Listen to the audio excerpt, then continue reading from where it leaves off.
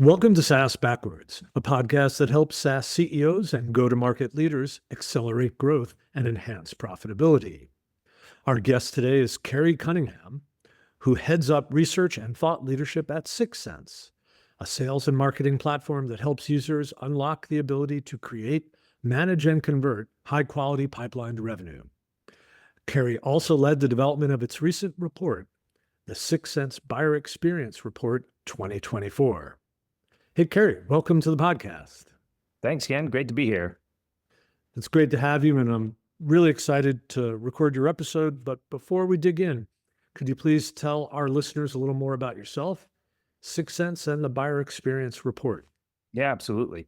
I'll go in that order. So I've been with 6sense for about 3 years. I run this research and thought leadership practice, which is still pretty unusual in software companies, particularly of our size. But it's the same job I had for about 8 years prior to coming to 6sense. I was an analyst with Serious Decisions and then Forrester after they acquired Serious Decisions. And so what I do now is very, very similar to what I had done before. And apart from doing lots of research, which we'll talk about, I speak with 150 or so practitioners every year. I have a lot of one-on-one sessions or a lot of one-on-few sessions with marketers. So I spend a lot of time still really engaged directly with marketers. And then prior to all the analyst stuff, I spent most of my career in B2B, running a B2B teleservices agency in the Bay Area. And then I also have some academic research experience, which really informs what we do now. So I spent 4 or so years working in academic research labs after we sold a company I've been part of for a long time. So that's me. 6sense, as you said, platform for B2B sales and marketers. But I think the key thing to know about 6sense is it's AI first and always has been. So using AI to identify your ICP, but most importantly, and we'll talk about this, to understand which of the accounts that you're interested in are actually in market and where they are in the process, because that's really the first most important thing that organizations mostly aren't doing today and still need to do. And so I hope that the buyer experience study, we'll talk a lot about that. This is the second year that we've done it. Just super fascinating to be able to do this research. And we're seeing some things that are pointing us in some different directions than we've been looking in before. Yeah, I mean, I think having someone like yourself on the team gives 6sense a real leg up in building thought leadership and proprietary insights that you guys can use to accelerate your own growth. And that's kind of exciting to see for me. I'm going to record that for my performance evaluation this year. Thank you. Hey, I'll do what I can to help. But let's dig into the conversation. Yeah. You know, a lot of this is based on the findings out of that report, but not entirely. So let's dig in. One of the things we talked about last time was that the vast preponderance of buyers are initiating the first conversation they have with vendors. I think we need to talk about what this means for traditional outbound sales and demand gen. Seems like that's a pretty consequential finding. Yeah, I'm glad you picked that one out, because what we found really does turn the way that we've thought about how B2B revenue production works on its head. And so if you think about the whole enterprise of B2B demand gen, which is really lead production, and then the follow-up through BDRs and delivering to sales these leads, the whole idea has been based on this notion that, one, you can trick people into filling out forms on your website if you put relevant enough content there. And then having done that, you can send your BDRs and SDRs to hound them until they meet with you and start a sales process. That's the model. But what buyers say is that they engage with you at around 70% of the way through their buying journey, and they engage with you only when and if they're ready. So we ask buyers, when you had your first conversation with sellers, did you initiate that or did the seller? And as you point out, 85% of the time, the buyer says that they initiated that. Now, we also asked, were you receiving calls and emails prior to the time you engaged? And the answer is like 50% of buyers say they were getting calls and emails weeks and months before they engaged. And some, the rest, days and weeks before they finally engage. So it's not like they're just sitting there on their own doing their research without anybody calling or emailing. No, they're getting calls and emails. They ignore them until they're ready. And I think what I like to do, especially with marketers, is just ask you to think about your own experience when you've been in a buying process. Did the fact that a BDR was emailing and calling you change your behavior or the timing of when you engaged? And I think if you ask yourself that question, you come back with, well, of course not. We engage when we're ready, right? That's what everybody does. It's unlikely that you're going to instigate a buying process where no need is really recognized and being acted on. Right. So, the best you can hope for is either you get there as people are really gearing up a buying process, or your thought leadership, your work to be part of the discussion helps a realization occur or comes at the time where the realization is happening. So it's not like your content or your outreach is completely irrelevant, but it's certainly, like if I don't need a car, I'm not car shopping. If I don't need a new ERP, I'm not ERP shopping. I have to have a belief that I have a need to fill here. And I think it's really being underlined here, but also the fact that they recognize that they're being engaged with, you might be seeping into their consciousness. Sure. Yeah. I think the point that you made to start off is incredibly important. We know from research that's been done by other folks in academic institutions, we know from our own research that only about 5% of the accounts that you might be interested in are going to buy in any quarter. Our data that comes directly from our platform says it's between 1 and 3% for most kinds of businesses. And the rest of your audience is either somewhere in a early stages of a buying process or not in market. It looks like probably 65% of companies are not in market at all. And especially if you think about SaaS. So in SaaS, where there's a standard kind of 2-year contract for folks, half of the companies on average in any given category are in the first year of a 2-year contract. And so they're not in market. That's 50% of your audience, right? They're not going to be buying. And then some number of the rest of the people who are in year 2 are happy, contented, and are not going to go into market, right? That's just in SaaS, that's the way it is. So, there's another piece of that market that is thinking about maybe they're going to change.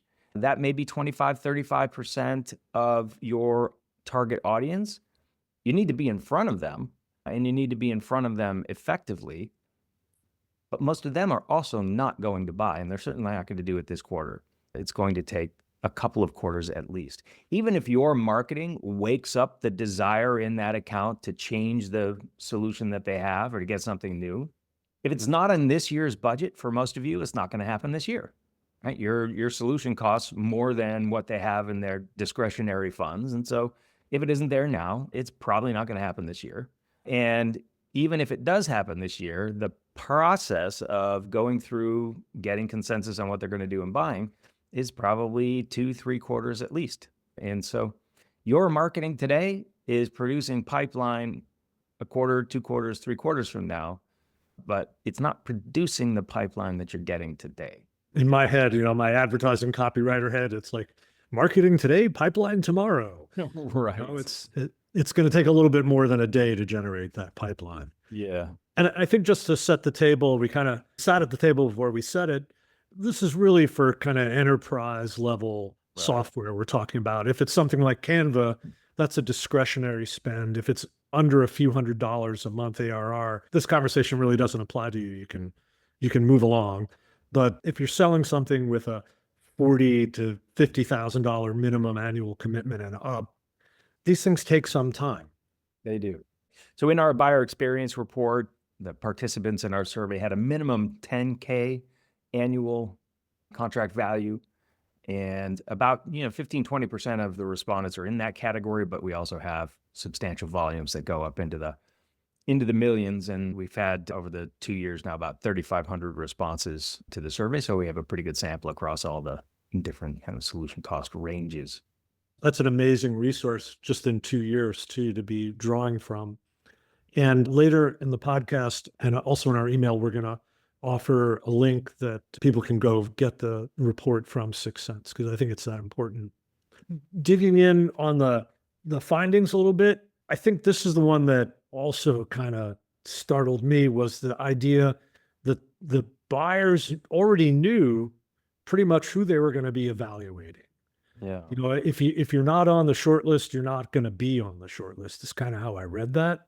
Do you want to elaborate a little bit more on that? How should our listeners be trying to adapt their marketing and sales strategies to this reality?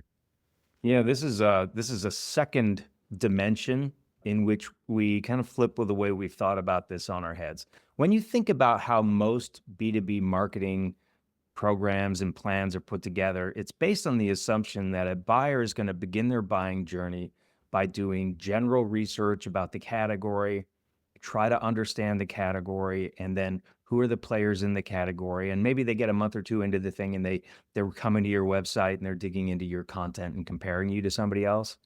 But I think even before I give the numbers, just logically think about that for a minute.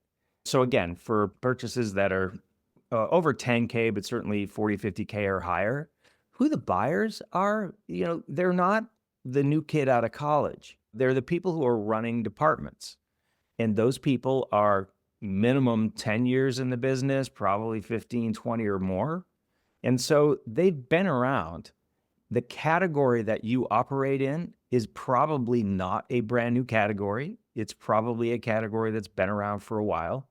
And so the people who have been in their businesses for a while, working in and running these departments, they've been through sales cycles with you before. Maybe they've been a customer in a different company before. And then even when you think about people who are not your target persona, like the finance person who has to ratify this purchase, the purchasing department people, the IT people who might get involved, they're all these older people, right? They're all people who've been around for a while. So that's something that I think we haven't really comprehended before, haven't really thought about the fact these guys have been around for a while. And so the numbers, what I think you're pointing to, the numbers are that out of the 5 average vendors that a buyer puts on their short list, 4 of them are known on day one, and they buy from one of those 4 90% of the time. So that's the thing that, one, you better be on that day one short list. Your ability to get on it afterwards is very low, but they're going to buy from that day one short list most of the time. And then that could lead us into a discussion of really what's going on in that buying process, where you have an average buying group of 11 in our survey. All 11 of those people, regardless of their role in the buying process, all 11 will say roughly that they know 4 out of the 5 vendors. So the IT people, purchasing people, they all do. And so they show up, okay, we're going to replace our ERP system, or we're going to look at potential systems to do X, Y, and Z. They show up on day one with experience with those brands, and with experience comes opinions. And so you don't have a buying group where you're just going to educate them on you versus the competitor. They walk into it with a view on that. And then the question is that view good for us? Is that view based on current understanding of where we are and where we sit and our solutions and all of that? Is what we're saying today consistent with what people have seen in the past or would have seen in a buying process 2 years ago? So I think a lot to think about there. I think the intuitive approach has been, well, we can't be naive when we talk to potential buyers. So our content, it can't be naive, right? We need to show that we demonstrate understanding of our business, ourselves, and the business our prospects and customers are in. But what this is saying is you really need to generate some kind of intellectual friction, if not prior business use, in order to be in the selection process at all. Yeah. I think there should be a lot more research by marketers on how experienced and knowledgeable your buyers are, everybody who will be involved in making that decision, how experienced and knowledgeable they are with your brand. Because that's going to vary a lot. Like if you're a brand that's been around for a long time, assume that everybody who's going to be involved in buying you has some direct experience with your brand, probably that comes through buying processes where they did not buy you. Right? So if there are 5 vendors in every buying process and only 1 gets bought, the odds are that unless you dominate a category completely, most of the people who've had buying experience with you have had that experience in a buying process where they did not pick you. So think about that. Do you know why buyers weren't buying you a year or 2 years ago? Because that's what's in their mind today when they show up to look at you. I don't, I know that there are marketers who are smart and who are out there looking at that, but probably not nearly enough that are looking at that and really need to be thinking about what does that mean about how we position our brand today, what we say, what we don't say. Right. Should your messaging be updated for new capability, new approach to customer success, whatever, That's whatever right. it is that's new? Also, I think there's often remorse, right? When people buy a product, there's a good chance it's not going to be what they hoped it would be. Right. And like I know that we've certainly used, I don't know, 5 or 6 project management pieces of software over the last 10 years, more remorse than success, to be honest. Yeah. So I think that also opens for, a potential window into, the buyer psychology that you might be able to use as you try and compete more effectively. Yeah. Hmm. Well, I want to turn my attention to something that I think is a little near and dear to your heart. Another finding that came out of this report, and to be honest, first time I've heard such an affirmation. So it looks like industry analysts are really important in this level of software purchase, perhaps more important than earlier career or marketers even might recognize or be aware of. And how do you see the role of analysts today and over the next year or so? And what should we be doing with analyst relations as software marketers? I don't hear enough about this, and we just run a really big PR practice, and it was sort of in every program for a software company. Analyst relations loomed large, figured large. So, what's your take? Yeah, my take is that what you're saying is absolutely right. And so, I've got some bias. I'm a former analyst, but the data is not biased. The data says that in SaaS, over 80% of buyers consult with either consultants or analysts, and sometimes both. 30, 40%, it's both. So I think the way to think about this also helps unlock a way to think about the buying process generally, which is that these are big decisions for people. They are putting their year on the line. In some cases, if it's a big enough purchase, their career on the line, their job on the line. These are big things, and they're not going to undertake these big decisions without getting enough input that whether the thing works or doesn't work, they can point and say, look, I did everything I could have done to make the right decision here. There's a lot of de-risking decisions that happens within the buying group that we could talk about. But a big part of, I think, the role of the analyst is exactly that. Look, we brought in Gartner, we brought in Forrester, we brought in Bain, we brought in, whoever that helped us decide what to do. And when you're saying that, what you're saying is, so don't blame me if it doesn't go well, right? Perfectly legit. I mean, we all need to be doing that in our careers. So when we think of Gartner and Forrester, I think in particular, we think of waves and quadrants, and those can be really important. I mean, everybody in SaaS knows how important it can be to find yourself in the upper right-hand corner of one of those things. That's really great. But what I think most people don't have enough in their mind, most marketers don't have enough in their mind, is how many of your potential buyers an analyst is talking with directly in a given year. And it's lots, right? It's hundreds. And so in those conversations, as an analyst, you're having a conversation with your client. You are going to de-risk your advice. So you're not going to advise your customer to do something that you're afraid won't work out. If you advise that, this is a great, but you should take a look at them, and it doesn't go well, you have caused this client of yours to be in enormous pain, and they're probably not going to be a client anymore.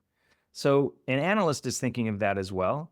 And an analyst has the situation where they get to hear from, even when people aren't calling and asking advice about the vendors, they're telling you about how it's going with the vendors that they have. So an analyst is not just going through the cycle where they produce a wave or a quadrant. They're actually talking to your prospects and customers all the time and have great insight on what it's like to be your customer and how different that experience is from, say, what you market and what you say in the public. And it's an analyst's job to take what they hear from all of these conversations and to spin it back to their clients. That's what they get paid for, right? Here's what I know from talking to 50 other folks in your job about working with this kind of vendor. It's a sizable chunk of people every year. Yeah, they're really synthesizing information from almost every constituency, right? Right. So it's the partners, the users, competitors, They have different, I think if you haven't done analyst relations, and it's a little bit of a detour here, but if you haven't done it, it's not just you want to get into the report itself. You want to use your relationship with an analyst firm if you're paying to solicit that kind of feedback that can help you with product management, messaging, prospect targeting. I mean, there's so many things about those consultative calls that go well beyond trying to fit into report production, which may have even greater value. And in turn, if you are thoughtful and dig in that relationship and build a true relationship with the analyst, you have a better shot of reasonable consideration for those reports. So I think that it's time, maybe one of the big findings here of our conversation is it's time to refocus on analyst relations as an important tool in the marketer's toolbox. If I could add one more thing to that, because I think that's a great point. Don't try to sell the analyst the way you would sell a customer. They're not susceptible to it. One, they're not buying. That's not the way they're looking at it. And they're talking to everybody else. So they know if what you're saying is not backed up by the experience and the product. And, if you're talking about brand new things that nobody's seen before, you're going to hype up your version of it, but understand that the analyst is actually going to talk to people who use it, and then they'll know. And, and one thing you should do, yes, solicit that feedback. And I would do that all the time with our vendor customers and say, look, here's what I'm hearing about, that messaging or the use of the product and all of that. And just have, real conversations with folks. These are people who are talking to your customers all the time. I don't know an analyst who doesn't want the vendors to do well, but they want the vendors to support the practitioners in doing their jobs well. And that's really the first most important thing about that. That's what the analyst wants, is for their client to be successful so that they keep their clients and their clients keep paying the money. So if the analyst doesn't think that you're going to give them that, then they're not going to be recommending that you're on the short list. Yeah, and I think also make sure you understand analyst relations is sort of saying have a relationship with these people, right? Correct. Yeah. You're trying to build an honest dialogue and be a good partner in that process. Just one other real quick thing here. Listen to the language that the analysts use to describe the problem that you solve and use that language. Rather than making up your own language about what the problem is or what the solution is, because when you use your own language, it just really makes it hard for your buyers to compare what you do with the competitors. Now, if you need to make it hard for them to compare, then that's a different problem that you have, but that doesn't help buyers. Yeah, if you actually fit in a category, call it what it is, right? So I want to talk about dynamic and buying committees. And Yeah. we've sort of come up with an idea or a fake person we call the chief no decision officer. And I think the gut feel is that a lot of decisions are not made, right? That the closed loss is often on a no decision. And that's where we came up with that sort of fanciful title. But I'm wondering what your experience and research tells you about internal stakeholders who might derail a purchase, drive a lack of consensus, and what can we be doing from a marketing and sales standpoint to try and combat that? Yeah, great question. And one I'm really focused on, because the research does show, like I was saying earlier, you've got on average 11 people, but if it's 6 for you or 5, or if it's 20, this story is the same. You've got a group of people. That group of people enter the process with experience and with opinions. And they're mostly people who are decision makers, senior people in their organizations, so they're going to come with egos. They're going to come believing that they're right, and they have different ideas about that. Somehow, that group has to come to consensus about what the organization is going to buy. That takes 70% of the buying process. And when we look at the numbers for how many accounts actually buy in a quarter versus how many go out into market, it's like 35% of accounts go into a buying process, but only about 1 to 4 or 5% come out of that buying process having made a purchase. So you're losing the vast majority of companies that go into market in any given quarter. The vast majority of those are not going to end up buying anything, or they'll just stick with what they have, right? There's some great research from LinkedIn and Bain, I think, partnership, where they found that of the buying processes that end without buying something, 30 to 40% of those are because they just couldn't agree. They just couldn't come to consensus about what to do. So one, in SaaS, your messaging is probably aimed squarely at your primary buyer persona, the person who runs the business department that you serve, right? So that's great. But if your messaging is, we are the latest technology, the most advanced, the greatest this, that appeals to that persona, the financial person who has to ratify it and who could be that chief no decision officer, the purchasing person, the IT people, they could all be that chief no decision officer. They don't care very much about your messaging that's all great for your primary persona. What they care about is, how does it impact the business in other ways?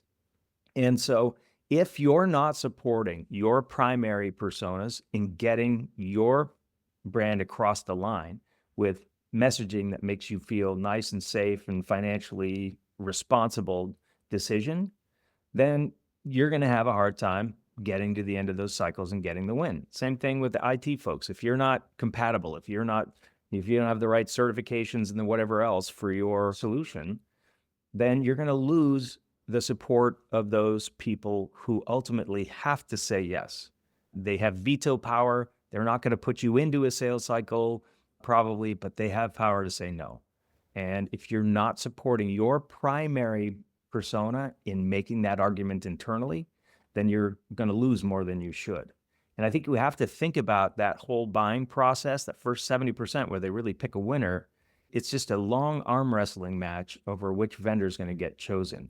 It's not a bunch of people educating themselves from scratch about your category and your solution. It's from day one, arm wrestling over which vendor is going to be chosen. And the brands that support those key no decision officers, I think you have a great advantage. Yeah. And, the one we're hearing, in our own work now is change management, like the general manager, ops manager, Yeah. weighing against a decision because he or she doesn't want to, or they want to be sure that the impact on the organization is going to be managed. And if they don't get that comfort level that you're going to be able to make the transition in a manageable way, they're going to veto the deal. So it really is a broad variety of roles that have this veto power. Yeah, it really is. By the way, if you're a big brand in the space, you have a huge advantage here, right? So if you're a big brand, even just in your category, then chances are very good that those other people who have veto power will know who you are. They'll know that people have been buying you for years. They'll know that you are not a crazy choice. So you've got an advantage there. If you're a newcomer, new to a space, new to a category, you've got a bunch of reputation, brand marketing work to do to make sure that you're not getting cut down by these folks whose interests are different from your primary persona. Yeah, you need to be the reasonable or safe choice, right? For people who aren't going to operate the system, right? They don't want to be associated with a failed decision. So you have to make it safe for everybody. I want to ask a question now about if we're really not educating people about our category, I guess we're educating about our brand, what makes us different. How does that look in terms of demand generation from the early stage of a process to enabling people through that research? I mean, it sounds like they're not really researching. So, I mean, I'm almost not sure how to even pose the question here. Yeah. What's a marketer to do? Yeah. Assuming that people pretty much think they know what they're doing in decision making. That's right. So I think, first of all, think about your category. If your category that you operate in has been around for even 5 or 10 years, then there's a pretty good chance that the people who are involved in buying you, including the veto power folks, know who you are already and probably have been through a buying process or two where your brand was involved. So what do they need from you to help get them through their buying journey and have you on the top of the list? They don't need to learn about the category. Like if your category has been around for a number of years, that's not what they primarily need. What they primarily need is, how are you going to help solve our problems differently and better than we're doing it now, and differently and better than your competitors can? How can you make sure that you're the most fiscally responsible choice?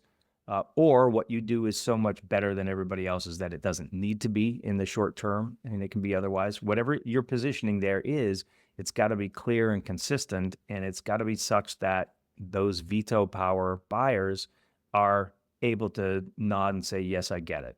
So I think much more focus on that. If you're in a brand new category, which is probably not more than 20% of B2B sales, that's a lot, but it's not the majority. And you're probably, if you're listening to this now, it's probably not you. All right. So be realistic about your category. If it's been around for 5, 10, 15, 20 years, all that time you spend on the early stage white papers and all of that, that's great for the very most junior people in the companies that you're selling to. But the people who've been around that you need to make decisions, they want to move on from that. They've got that. Check that off the list. Now get them content that's going to help them support the case for buying you. And that's definitely a little deeper. And then the other thing is, where you're not terribly differentiated, you got to be better to do business with. And so you got to be providing experiences and doing things with your content and otherwise that make you appear to be a better brand to do business with.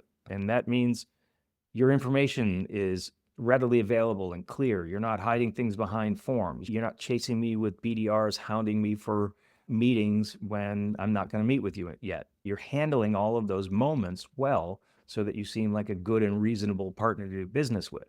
It's much more of a process of auditioning for the role of partner than it is educating your customer. I love that. I think that's so true. And I think too many software companies are very focused at the beginning of this learning curve, as opposed to the dating game that is becoming the next software platform we're going to implement. Right. Let's turn our attention just a little bit to how these findings are being realized at 6sense. What are you guys doing differently? You've had a couple of years where you're building your own proprietary research world, sharing some important parts of that with us. But how are we going to learn from watching you guys operate? Yeah. And by the way, everybody should. So 6sense takes that role very seriously. We're a company of marketers who sell to marketers. So what I'm going to explain are a couple of things that we do that we want everybody to do. And so we learn a lot from, just trying to help guide and teach our customers how to market more effectively. So one is that whatever your brand voice, brand personality needs to be for your buyer persona, you need to get your voice and your personality into the community of practitioners that you support. When buyers are going to enter a buying process with 4 out of the 5 vendors on the shortlist already, how do you get to be one of those? Well, what 6sense does, for instance, is we sponsor a thing called CMO Coffee Talk. And it's a online community, mostly in Slack, but there are 2 meetings a week, one for East Coast, one for West Coast US times. And each of those meetings has 100 or so CMOs on it, but there's like 1,000 or so CMOs signed up in the group. And guess what? We sell to CMOs. So we support this community. We provide the space that a lot of CMOs get tremendous value from. We don't manage the meetings. That's done by somebody else, done by a third party. There's no pitchings. 6sense never talks about their product or solution, and nobody talks about theirs. But our primary buyer is getting value from 6sense through that all the time. And we have a number of those. We do the same thing for BDRs. We do the same thing. We have other communities as well. So if you're a CMO, there's a very good chance you not only know 6sense, but you're getting value from us, even if you've never been through a buying process. My whole job is an aspect of that, right? So you come to 6sense.com/research. It's the easiest way to get there. And you'll see this site called The Science of B2B, and every piece of research we've ever done is there free and without a form. It's a service to our community, and we're participating as active, value-adding members of the community that, we want to do business with. But that's what we believe you need to do and what's going to get you on the top of that short list when buyers go into market. And that's great for our brand. Now, if you sell to engineers or something, we do sell to marketers, and our brand is big and fun and party and all of that. That's great. That's kind of what marketers like. But if you sell to engineers, your brand ought to look like what engineers like, not what marketers like. And then you need to be where those marketers are. So those are a number of the things. I'll give you another great example. If you're an account that's in our ICP and we see that you've just gone into market, like we can see in the intent data that you've just gone into market, if your CMO is not already part of the coffee talk group, that person's going to get an invite immediately. Your BDR leader is going to get an invite to our BDR community. You may, if you're one of our accounts, if you're connected to me in some way on LinkedIn, you'll get an invitation to have a one-on-one with Kerry about strategy. All of those things, the way that we start off is, great, you're in market, we're going to deliver some value to you. We're not asking for an immediate meeting. We know you're not going to do that. Here's some things that we think you'll value. Here's also some content we think, is useful and interesting for somebody in your role. All of those things develop this sense of preference for your brand. And I think that's a huge part of what organizations need to be thinking about today. None of the things, I am, but none of the other things I talked about are particularly expensive. They take time. You're not going to create a community group play for pipeline this quarter. But if you started today, you'll develop pipeline a couple of quarters down the line, and it's a gift that just keeps on giving. So those kinds of things are really important. The other thing I would just say is never, ever miss an in-flight buying process. We know that, it's not more than 30% of your market probably, and very few of them are actually going to get down to the part where they actually buy. So never, ever miss one. And that's something that, we're very good at internally. That's great. I think that's a great place to land our episode. Kerry Cunningham, thank you so much for being with us today. If people do want to connect with you on LinkedIn, are you easy enough to find? I am. Yep. Just Kerry Cunningham on LinkedIn. There's not that many Kerry Cunninghams, and I think the only one in this space, so you'll find me pretty easily. If folks want to access the research, could you just give us that URL one more time, please? It's sixcents.com/research. And where you're going to land is in a site called The Science of B2B. That's our kind of sub-brand for the research stuff, but it's all right there, everything I've talked about. And if you find me on LinkedIn, I post on LinkedIn every day, and there's a link to all of the research there as well. That's great. Thanks. And if people want to reach me, I'm on LinkedIn/in/Ken Lempit, probably the only one. And our demand generation agency for software as a service firms is Austin Lawrence.